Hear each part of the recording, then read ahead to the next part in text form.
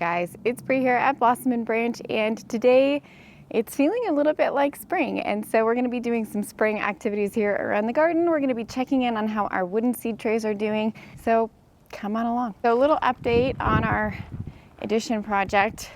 If you're new here, we are rebuilding our garage and doing a little addition. It looks like a really big addition, but actually this part is all just a patio. But because our clay soils here in Colorado are so expansive, we had to do 5-foot footings for everything, including a patio. So here's the addition progress right now. If you've been tuning in, this is the new living space, and it's going to have a mudroom in there, which is going to be incredible. If you watched our tour from a few months back where we showed you what the mudroom looked like, you know why we're so excited to have a mudroom. So we're getting to the point where we're backfilling here, but we've been set back with snow. We've had so much snow. Back here is an area that I am excited for. We are going to start planning the landscaping out for this area. I'm not exactly sure what I want to do. Part of me wants to do a bit of a kitchen garden here, so this will be our patio space. So in my mind, it would be really nice to have a kitchen garden here right off the patio that's accessible and close to the kitchen. But another part of me just wants, you know, some cottage garden and some flowers. So I'm not exactly sure yet what we're going to be doing here, but I am excited to start planning it. And then we have an additional planter here that we still have to plan what we're going to put in there. So lots of garden planning videos will be coming up here shortly. As soon as we get this all backfilled, we'll have a better idea of what we're working with in this space. One of the things I wanted to show you today is the progress on our wooden seed trays. Now, you might have watched our last video where we built these wood seed trays. We made them out of reclaimed wood from some of our old garden beds that we were taking apart. So these are cedar, and one of them then we went ahead and also treated with Sho Sugi Bond, which is waterproofing. But the two that are ready right now are these two. These two trays are full of stock seedlings, and you can see how nice and healthy and lush they are looking. They actually are much bigger than I would prefer them to be at planting time. But I wanted to show just kind of the progress. You can see that they're growing quite well here, even as they are, you know, fairly crowded in here. The plan once it's time to plant is to just take a spoon and basically scoop out the seedlings and plant them. But right now, the spot where we're planning to plant them is covered with snow. Now the difference between these two trays, you can see this one looks quite a bit more vigorous. This is the one where we lined the bottom of the tray with wool. So you might remember from our last video when we were showing how we were making these and filling them, that one of them we filled with wool and one of them we didn't. And the one that we have wool lining the bottom is performing much better. The wool contains a slow release nitrogen. It also helps with moisture retention. So having that wool liner, I think, in the bottom of the wood tray not only helped keep anything from leaking out the bottom, but it also helped give them some natural renewable fertilizer, which is what we're always going for. Now, neither of the trays really had any issues with leaking water out of the bottom. I know many people were concerned about that. It really didn't happen at all unless I really overwatered.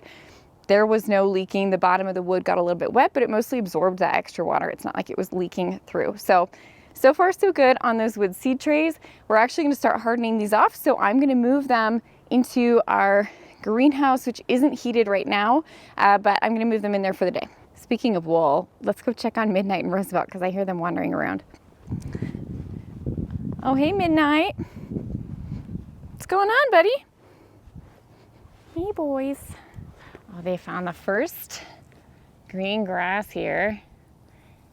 Around the ditch, we get this grass growing first. This is called smooth brome, and it's an invasive grass, unfortunately. It was planted here back when this area was developed into truck farms, and they wanted a good dryland pasture grass, and so they went with smooth brome because it spreads quickly. And unfortunately, it's taken over a lot of the grasslands in the area.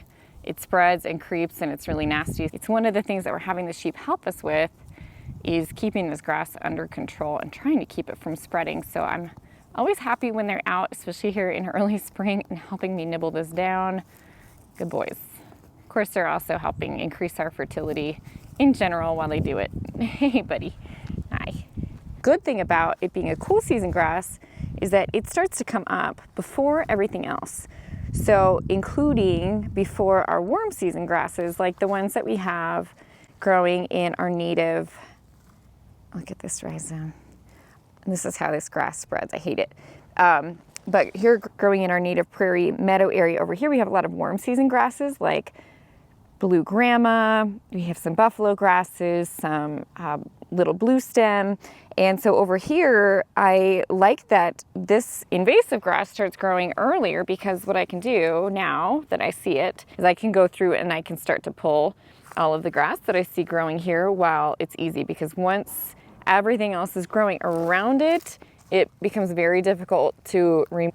So even here in February on the farm, I'm doing some weeding. You know, this was all strawberries last year, and I had debated ripping out my strawberries, and I think I'd made a video where I mentioned that I was probably going to be tearing them out. I think I'm going to give them one more season, just because my kids have begged to please keep the strawberries.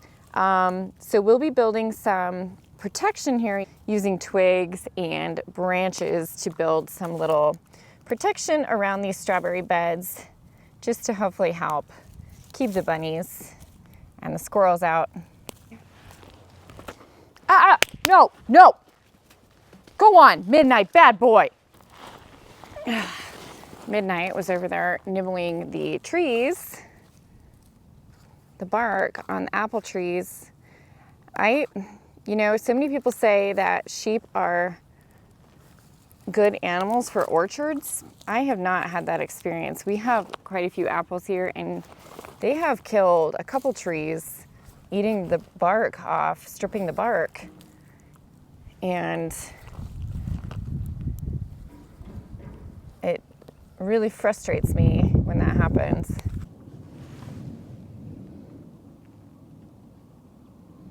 I'm going to sell you if you keep being a jerk.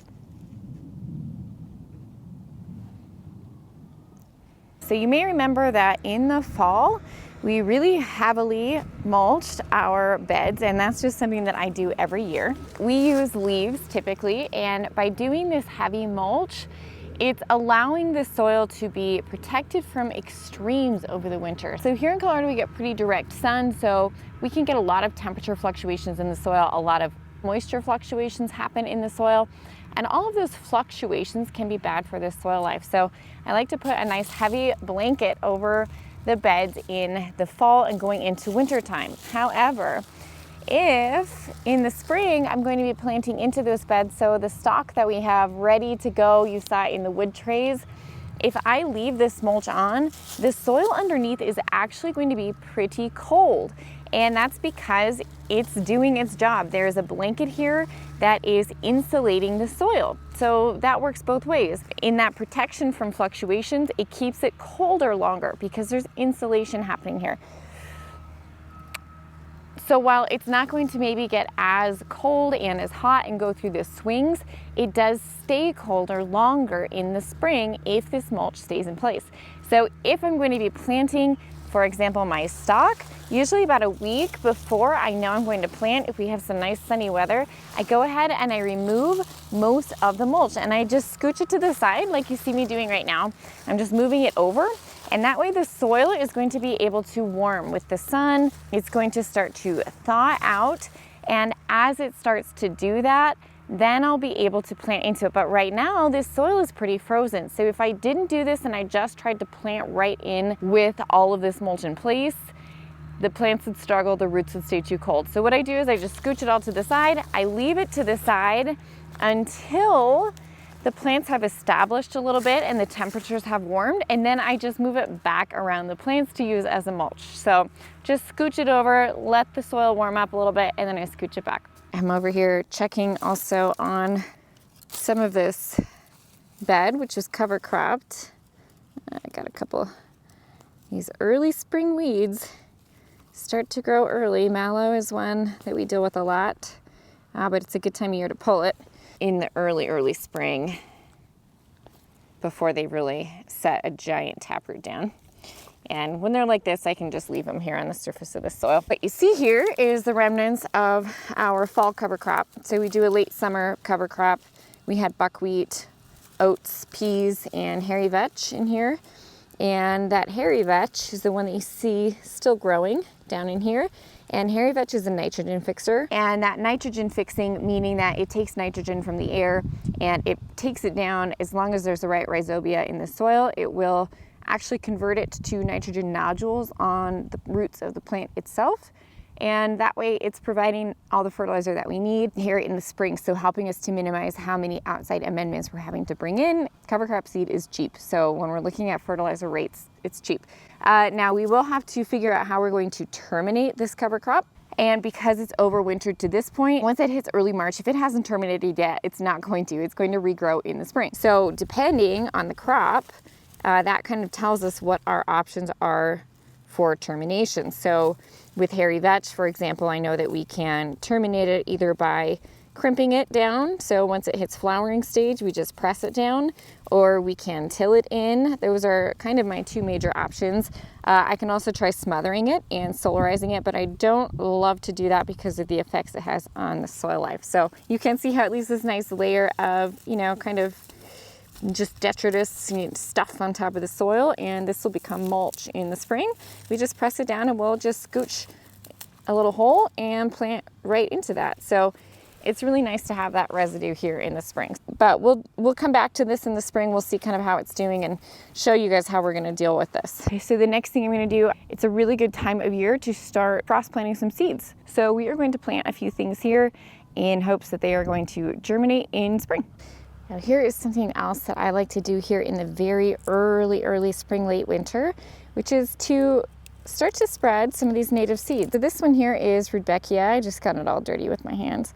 But there's lots of little seed pods in here. And if you're short on time, one of the things that I'll do is just wherever I kind of want to spread these. Now this is the perimeter here of our vegetable garden. So I like to have a lot of native plants around the perimeter. So these Rudbeckia are great at attracting beneficial insects. And so what I'll do is I'll just take, if I want to spread a plant like Rudbeckia, I'll just take the whole seed head and just plant it right into the soil. And that way, if you don't have time to say clean all of the seed and spread it, just popping off the head here in late winter and pressing it into the ground is going to help me spread these plants really quickly. And I do this with echinacea as well. So here are the echinacea cone heads. So you can see there's these spikes, and then it's actually in between those little spikes are where the seeds are. But if you aren't wanting to necessarily clean all of those, you just want to spread them quickly. Again, you can just snap off a whole head. And I'll often do this just if I just don't have that much time. Clear a little space and smush that head right into the soil, so it ensures I've got good soil contact, and it also ensures that there's a fair amount of seeds in there that hopefully, one of those will germinate. Over here I have some onions. We have some onions in this bed that I didn't get to pulling out. They were just pretty small in the fall, and the second year they're going to put off this beautiful allium bloom, so I just like to leave those in the garden, and then if I don't harvest them, I just leave them in the following year to bloom. And the second year they put off these beautiful spike blooms, white or purple usually, and they're really good at attracting pollinators and beneficial insects. So if I don't get around to harvesting all those onions, I just let them bloom in second year. I just let them hang out in the garden and bloom in year 2. Back here we have our asparagus. So asparagus obviously is a perennial. So we'll cut down, I'm gonna cut down all of this asparagus greenery today. But one of the things I'm looking for is the garlic that I interplanted here in the fall. So not a lot likes to grow with asparagus because asparagus are a little sensitive to competition. And that's why when I see people recommend growing strawberries with asparagus, I really advise against that. Strawberries are space hogs and they will spread. And asparagus really dislike competition, but garlic doesn't really offer that much competition. It's really kind of just sticks to its own little area. So I'm just looking around to see if any of it's come up yet. And I don't see any yet, but I do see some coming up here.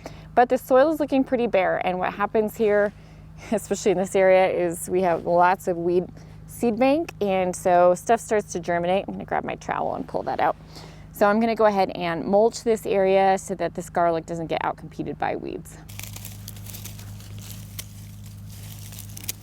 And I'm actually going to just use these asparagus tops to kind of mulch around the asparagus. It's going to act like a straw. That way I don't have to haul it away. I'm not making extra work for myself. I'm just gonna cut it up a little bit fine, and then lay it right down on the bed to mulch itself.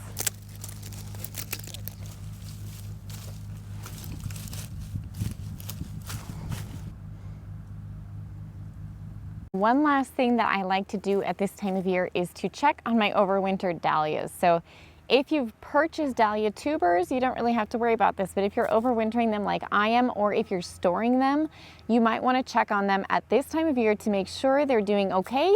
Otherwise, you're going to have to plan on ordering more for next spring. So I'm going to go ahead and remove some of the leaves. You might remember that we had buried our dahlias because we do overwinter them, and we buried them under a really thick layer of leaves.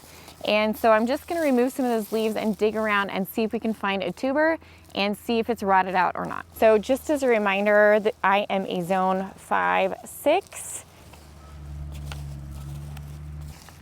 So usually I can find them because the stems kind of hang out over the winter, so I can kind of find, okay, this is where a stem is, follow it back to the tuber.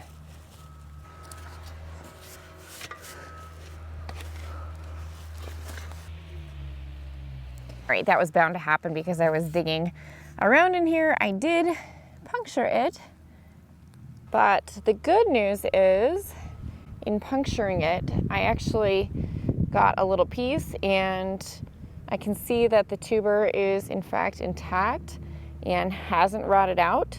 It's firm. The skin is nice and firm and smooth. It's not rotted. It's firm. It's not squishy. So that tells me that even though my soil in here is very heavy clay and doesn't really want to give up any tubers for me to see, the one that I was able to see is still intact, still okay. So I'm just going to rebury that and anticipate that they survived. But in our last storm, my tarp did blow off, so I'm going to replace all of this mulch and the tarps as well, just to help keep these insulated. So similar to what happens with the leaves and wanting to remove them, if I start to remove this mulch, the soil is going to warm. My dahlias could sprout preemptively, and then they can start to go before it's really time. I really don't want them growing until after our last frost because they are so frost sensitive. So I'm gonna replace all this mulch, replace the tarps. Even though we're past the really cold temperatures, I don't want this soil to warm up yet until closer to mid-May when my last frost date is. Okay guys, that's it for today. I am getting ready to start another one of my spring projects, which is fencing. So we are getting some sticks ready to make some wattle fencing around the perimeter of the garden to help keep the bunnies out. We'll be showing you how we're doing that in our next video. Hopefully you picked up a few things you can be doing in your own garden right now too. All right, we'll see you guys around here next time at the farm.